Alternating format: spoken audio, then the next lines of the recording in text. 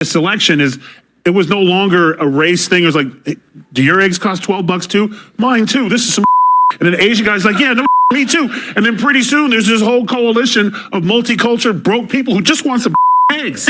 And frankly, fear were way more powerful than appealing to people's better angels, whether you're afraid of immigrants or afraid of people who are trans. We cannot ignore there is still a lot of racism and gender bias. Tyrus delivers a massive blow to these lunatic leftists such as Al Sharpton, Joe Scarborough, all of these MSNBC hosts, Joy Reid, all of them. And they need that blow. They need to hear that blow. They are all having emotional, unhinged outbursts. Old man, we're tired of hearing you. How is this guy still in my face? Like, all my life I've had to hear Al Sharpton and that annoying voice of his talk about we gonna march and we marching again and marching again. We're done with it. We don't want to hear it. Look what y'all, a serious conversation about racism has turned into this joke, this minstrel. That's really what it is.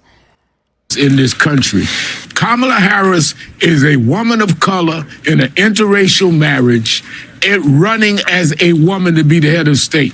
That is something a lot of Americans are not ready to deal with. There's misogyny, but it's not just misogyny from white men. Mm-hmm. It's misogyny from Hispanic men. Right. It's misogyny from black men. If she were a 6'4" white man from Arkansas or from Florida, if she could like chew tobacco and carry a shotgun and talk about football and be a guy's guy. Oh, Joe Scarborough complaining about white guys is like me complaining about male models. The problem with the Dems is they do want that 6'4" man, but on a girls' swim team. So how do you? Pretty funny. I mean, he's right. I mean, listen to what they're saying. I mean, they're still holding on to this whole narrative still that like, oh, she didn't win because she was black. Honestly, I mean, obviously Trump was still going to run for president, but I would have came out and definitely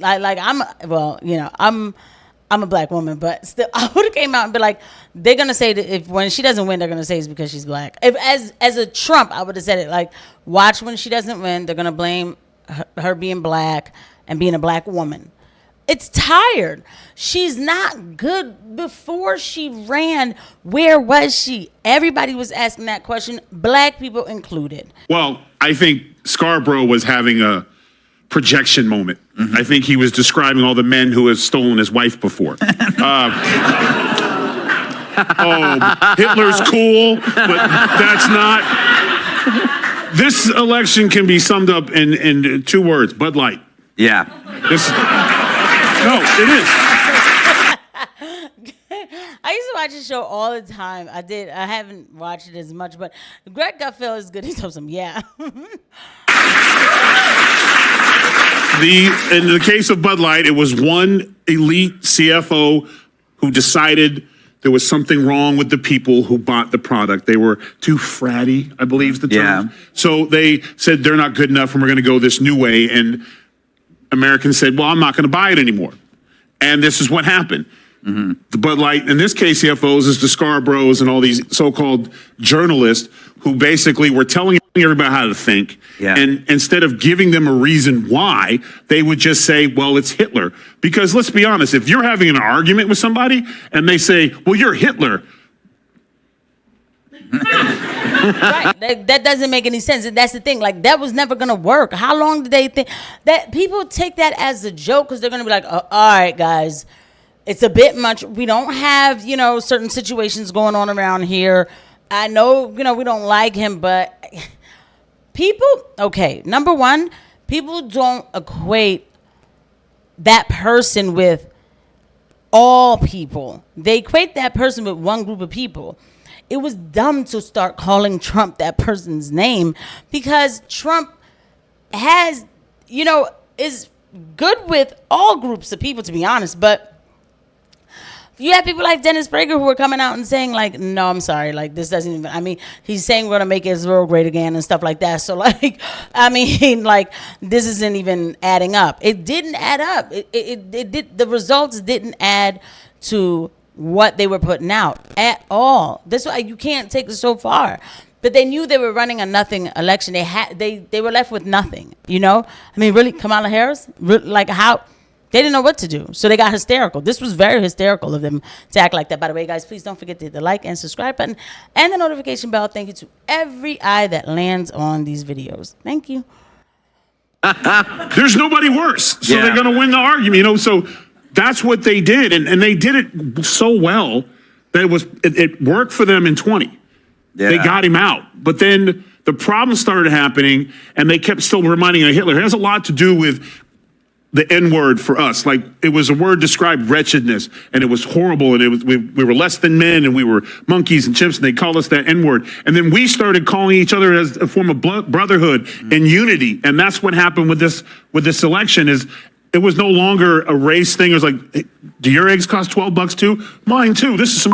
And then the Asian guy's like, yeah, no, me too. And then pretty soon there's this whole coalition of multicultural broke people who just want some eggs. Literally, like, he's so right. The rant is perfect. I mean, I wouldn't have necessarily gone to N-word with it. Like, I do think that, like, black people should not be using it.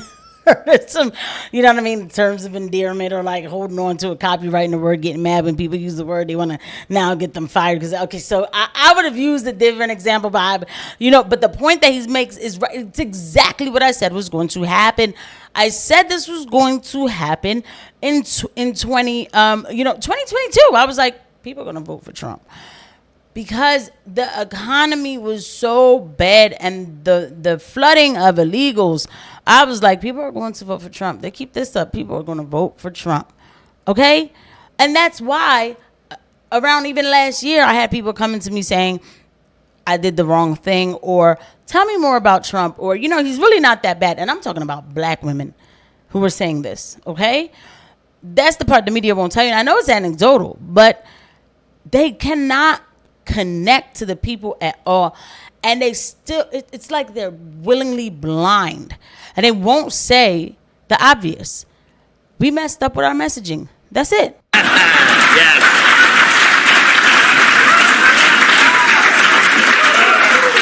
And then you have Al Sharpton, who's like, why are you here? Why are you here? But you know what's funny?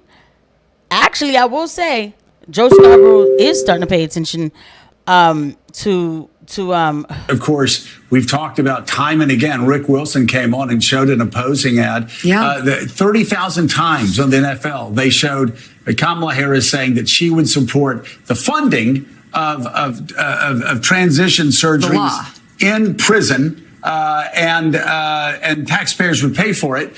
And it, of course, was the law at the time during the Trump administration, but they refused. Despite Bill Clinton and everybody else saying, you've got to respond to this ad. It's impacting black men, Hispanic men, white working class men. You need to respond to this ad. They just didn't do it. Willie said after the election, even his mother said, wait, this is weird. What's up? It's funny because that ad, people were telling me about that ad, but this is, too, Joe Scarborough goes off on Al Sharpton. I was shocked. About how representatives in the toughest parts of New York City in real time were saying, defund the police. No.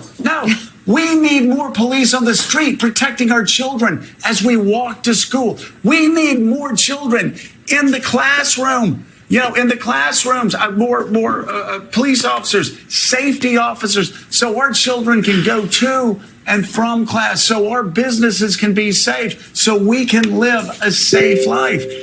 And it's something, again, you have a great line about wokeness and limousine liberals and everything. But I just wanted to say, this is... Whatever line he had about wokeness and limousine liberals, he wasn't talking about it before. I remember when this guy was going off, like they gave him carte blanche to go off about that defund the police. Everybody was acting a fool with that whole George Floyd and everything else. Everybody was acting a fool. I was like, yo, y'all are tripping. Something happened. It looked really bad. Deal with it over there. Why do we have to defund police here in Philadelphia? But no thanks. Keep that in your college classes. Rev. Absolutely. The whole goal of the civil rights movement and the movement now is to correct the system, not to overthrow the system, and to make things work equally for everyone, not to just upturn everything and change everything to some undefined utopia. I cannot stand these people. I really can't. Like, this is why, like Tyrus said, and this is why, like, these elites, and he talks about it in other episodes, it's true. Like, it's tired. All these people need to go. All these people need to go. And to be honest, there's leaks coming out that MSNBC is, like, for sale. Comcast wants to get rid of it. People are sick of it. People aren't watching it. They've been lied to for the past 3 years and kept being told that black people were under attack, trans people were under attack, women were under attack, everybody's under attack.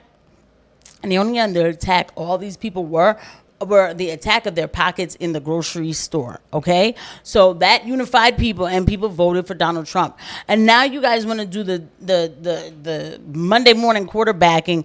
Now you realize that woke has gone too far. Well, guess what? Woke is done. I truly believe that, like, woke, and it's a shame I used to use that word all the time.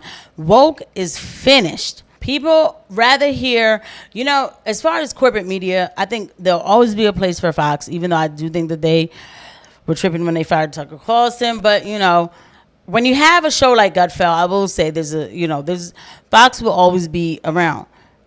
And we want more people speaking in a genuine fashion. What they do in MSNBC, all of that woke down your throat, it's over, it's finished. I'm calling it. I am calling it. Nobody wants it. They just want to be able to go to the store, like Tyrus said, and get some eggs. I'll see you guys at the next one. Bye.